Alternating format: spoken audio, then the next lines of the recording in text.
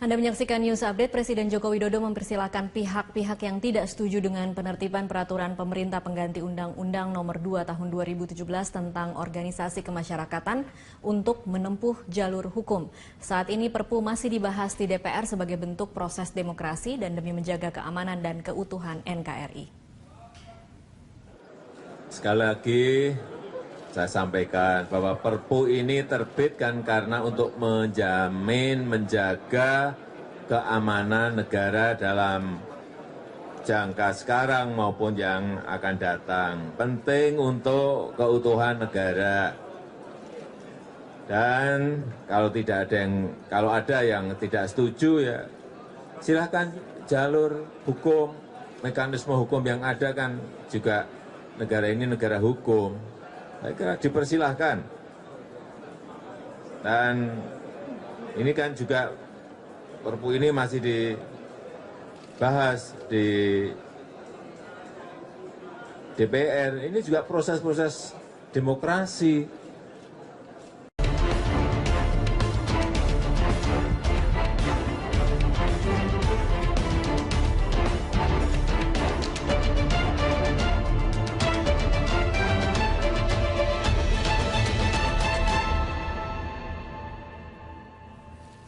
Pemirsa, Pilpres tahun 2019 diprediksi hanya diikuti oleh 2 pasang calon presiden dan wakil presiden jika mengacu pada angka presidensial threshold 20% kursi perolehan di DPR atau 25% perolehan suara parpol secara nasional dalam Undang-Undang Pemilu yang baru disahkan DPR.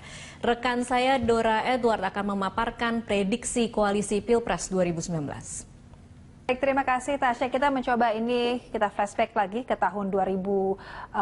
Ini adalah perolehan suara atau perolehan kursi dan juga suara pada pemilu tahun 2014, di mana suara terbanyak ini diperoleh oleh PDIP, 18,95% suara dengan kursinya 109 kursi. Ini adalah partai-partai yang ikut dalam pemilu 2014. Dan suara terkecil ini diperoleh oleh Partai Hanura, 16 kursi dengan perolehan suara 5,26%. Kita lihat ini koalisi partai-partai yang ada di dalam pemerintahan. Ada PDIP, ada Golkar, PKB, P3, ada Nasdem dan juga Hanura. Total dari ke-6 koalisi partai ini jika mereka komit sampai dengan 2019 adalah 61,26%. Artinya koalisi ini sangat mampu untuk mengusung capres dan juga cawapres di tahun 2019. Kita lihat ini adalah berikutnya koalisi di luar pemerintahan. Ini adalah partai-partai di luar pemerintahan, ada Gerindra, kemudian Partai Demokrat, ada PKS dan juga PAN. Total keempat partai ini, total perolehan suaranya jika mereka berkoalisi dan komit sampai dengan tahun 2019 adalah 36,38%.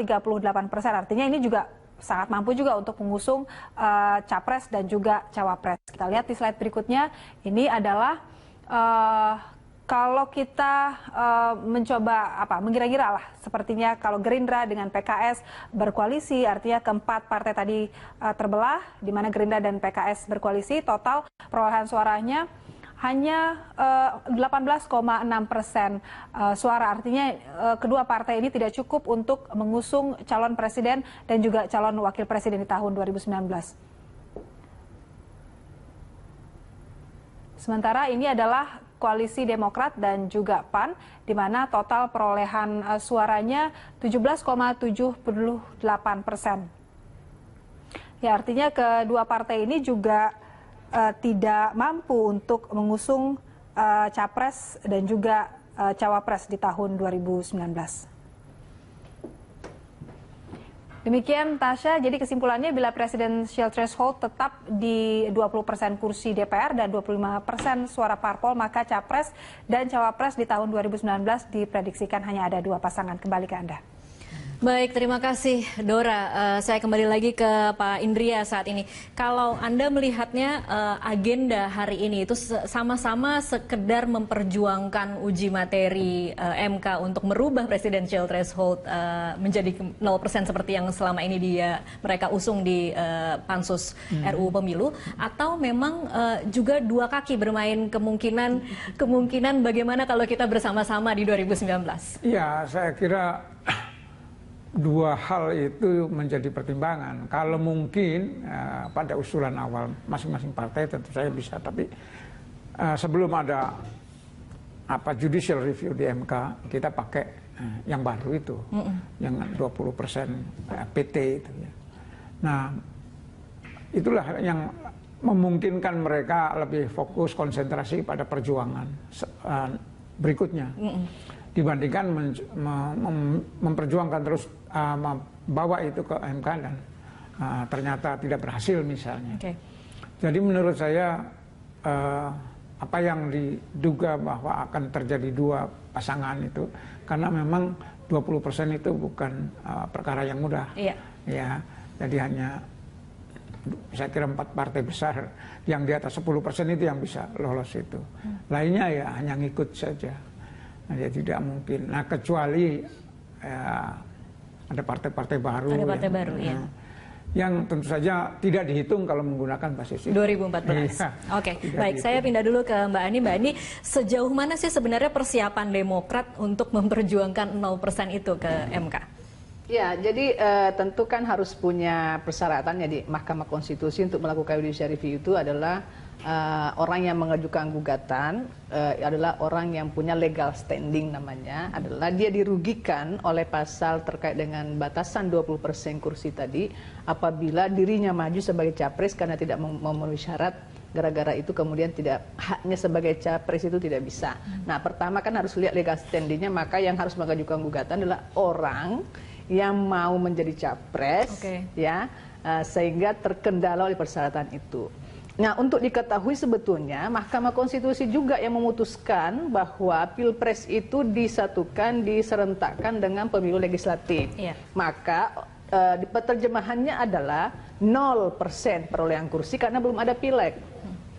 Kalau dulu memang pemilu legislatifnya duluan, baru kemudian Pilpres, sehingga bisa menghitung perolehan kursi DPR dan perolehan suara pileg. Nah, sekarang kan MK sendiri yang memerintahkan untuk memutuskan, mengatakan bahwa harus serentak antara pileg dengan Pilpres, maka itu diterjemahkan sebagai 0% threshold untuk Pilpres. Nah, kita tunggu bagaimana judicial review di Mahkamah Konstitusi. Kalau memang kemudian MK konsisten pada keputusan yang awal, maka tentu MK akan mengabulkan judicial review tersebut.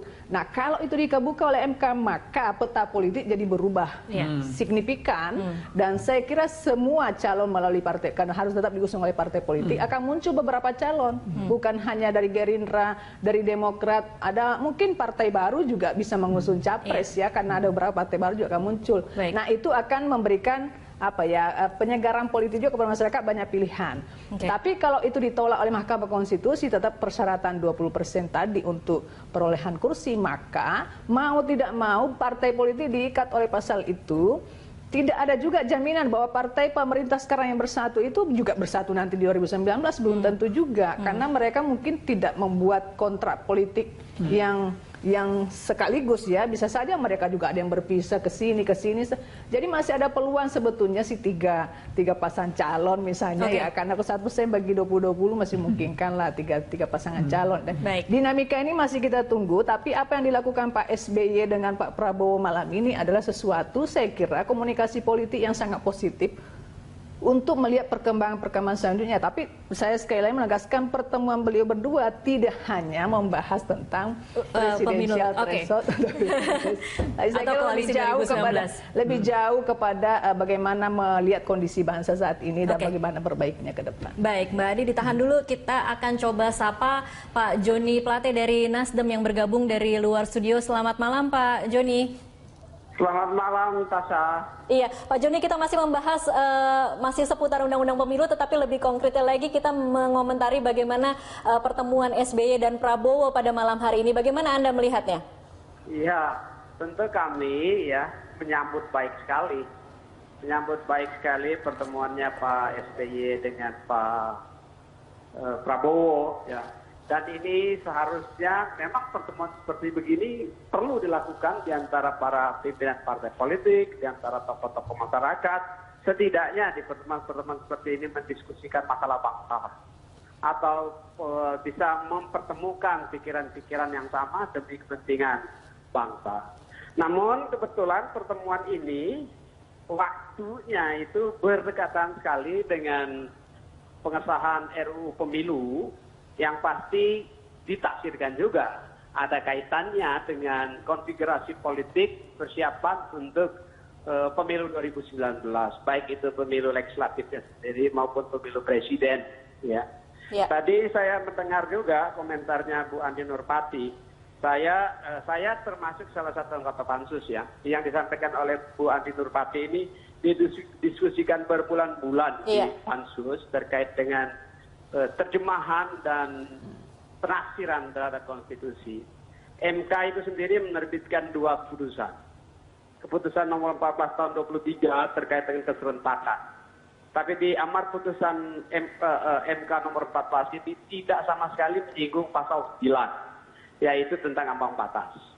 Yang kedua, MK juga punya putusan nomor 51 tahun 2013 yang mengatur tentang ambang batas. Bahwa ambang batas itu adalah kewenangan pembuat undang-undang. Kewenangan pembuat undang-undang ada di mana? Ada di DPR dan pemerintah. Dan dianggap atau disebut sebagai open legal policy. Nah, saat ini undang-undangnya sudah jadi. Apabila ada masyarakat, kelompok masyarakat yang merasa bahwa undang-undang ini menabrak konstitusi atau bertentangan dengan konstitusi, tentu tempatnya ada di Mahkamah Konstitusi. Dan kalau judicial review itu bisa dilakukan secepat mungkin, ya tentu menjadi baik dan mendapat kepastian hukum. Dan kita bekerja atas dasar itu. Baik.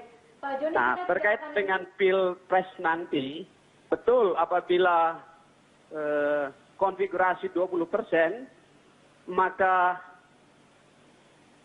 posisi politik per hari ini, ya bisa saja terjadi head-on pada pemilu Pilpres 2019, ada 2 paket. Namun politik itu tentu dinamis. Kita akan lihat perkembangannya dan kita berharap kontestasi Pilpres 2019 adalah kontestasi dari putra-putra kita yang terbaik, putra-putri terbaik Indonesia, dengan gagasan-gagasan yang hebat-hebat juga untuk Indonesia. Jangan sampai nanti kita terjebak di dalam politik identitas yang justru membuat fragmentasi masyarakat dan merusak masyarakat. Oke, baik. Pak Joni, ini kan kalau atau beberapa pengamat kemudian melihat pertemuan ini seperti sama-sama berjuang untuk kemudian diputuskan di MK, atau juga kemudian cadangan lainnya adalah menjajaki bagaimana kemungkinan mereka akan berkoalisi di 2019. Nah, antisipasi dari partai pendukung pemerintah seperti apa mengantisipasi 2 kemungkinan itu? Oh, kalau terkait dengan MK, ya pasti. Kalau MK itu bukan tugasnya partai politik lagi. Di MK itu sudah menjadi tugasnya pemerintah dan DPR sebagai lembaga. Dan itu tentu kita memberikan dukungannya. Kami mempunyai argumentasi yang kuat pasti untuk mendukung pemerintah dan mendukung DPR dalam mempertahankan argumennya di Mahkamah Konstitusi. Nah, kalau terkait dengan pertemuan ini sebagai pertemuan pimpinan partai politik, jangan lupa 2019 itu keserentakan itu juga ada pertarungan di pemilu legislatif. Nah, ini pertemuan 2 orang pesaing setidaknya dari sekian banyak pesaing yang akan ikut di 2014. Jadi pertemuan-pertemuan seperti ini di titik-titik tertentu ya untuk mencari titik temu kesamaan berjuang, di titik yang lain juga untuk mencari celah-celah bagaimana persaingan itu untuk kepentingan elektoral masing-masing kan. Dan itu kami dari koalisi pemerintah tentu menyambut baik. Kami sendiri tidak merasa bahwa ini satu ancaman yang berbahaya, tidak. Malah kami menyambut ini sebagai satu yang positif, ya. Bahwa pertemuan pimpinan-pimpinan ini baik untuk bangsa. Fokus kami saat ini bukan Pilpres Mbak Tasha. Fokus kami saat ini justru sebagai partai pendukung pemerintah, justru memberikan dukungan kepada pemerintah agar pemerintahan Jokowi ini bisa menyelesaikan periode pemerintahannya dengan baik, melaksanakan semua tugas-tugas pembangunan untuk kepentingan dan kebutuhan masyarakat sesuai harapan masyarakat. Dan saat ini untuk pertama kalinya Republik Indonesia dari makroekonomi ya, untuk pertama kalinya Republik Indonesia ini punya devisa negara, cadangan devisa negara lebih dari 140 miliar dolar. Untuk pertama kalinya kita menempatkan posisi kita sebagai investment grade country gitu. Jadi pekerjaan yang besar yang dilakukan oleh Presiden saat ini kita ingin kawal dan kita dukung demi bangsa, demi masyarakat kita. Oke, baik. Pak Joni, tadi kalau Anda mengatakan pertemuan ini adalah pertemuan yang biasa antara dua ketua umum partai politik, apakah kemudian ini seharusnya juga dilakukan? Artinya misalnya Nasdem kemudian Pak Surya Paloh bertemu dengan Pak SBY juga atau dengan Prabowo juga? Ini kalau mau buka rahasia sedikit Pak saya, pada saat Raja Salman ke Saudi, itu para tokoh-tokoh ini berada di tribun. Dan pada saat itu Pak Surya Paloh ngobrol begitu akrabnya dengan Pak Prabowo. Dan saat yang sama waktu itu kami saling ngobrol dan berbisik, nah ini bagus ini. Ini kalau Bang Surya bertemu juga dengan Pak SBY, sebaliknya pun demikian, Pak SBY bertemu dengan Ibu Mega, dan tokoh-tokoh lain, Pak ketua-ketua partai. Maka ini bagus sekali untuk apa? Untuk bangsa kita, untuk pendidikan politik, dan untuk dinamis dan mekarnya demokrasi Indonesia. Waktu itu kita sudah sampaikan begitu, dan saya kira Pak Prabowo juga berkomunikasi, Nasdem ya, berkomunikasi dengan semua partai baik-baik saja itu. Kami tidak menempatkan diri, Indonesia tidak menganut itu opposition system, ya tidak ada oposisi di sini. Yang ada presidential system, ya ada parlemen dan ada pemerintah. Kami sebagai pendukung pemerintah membuka komunikasi dengan baik dengan semua partai. Di fraksi-fraksi DPR malah sangat cair tuh di komisi-komisi. Yang terungkap keluar satu-satunya yang menjadi heboh dan ramai undang-undang pemilu. Karena itu memang kepentingan pragmatis masing-masing partai. Tapi terkait dengan kebijakan-kebijakan lain, ini kerjasama politik yang bagus kok di DPR ini. Baik, Pak Joni ditahan dulu, nanti kita akan sambung setelah jeda komersial berikut. Pemirsa tetaplah bersama Prime Time Talk.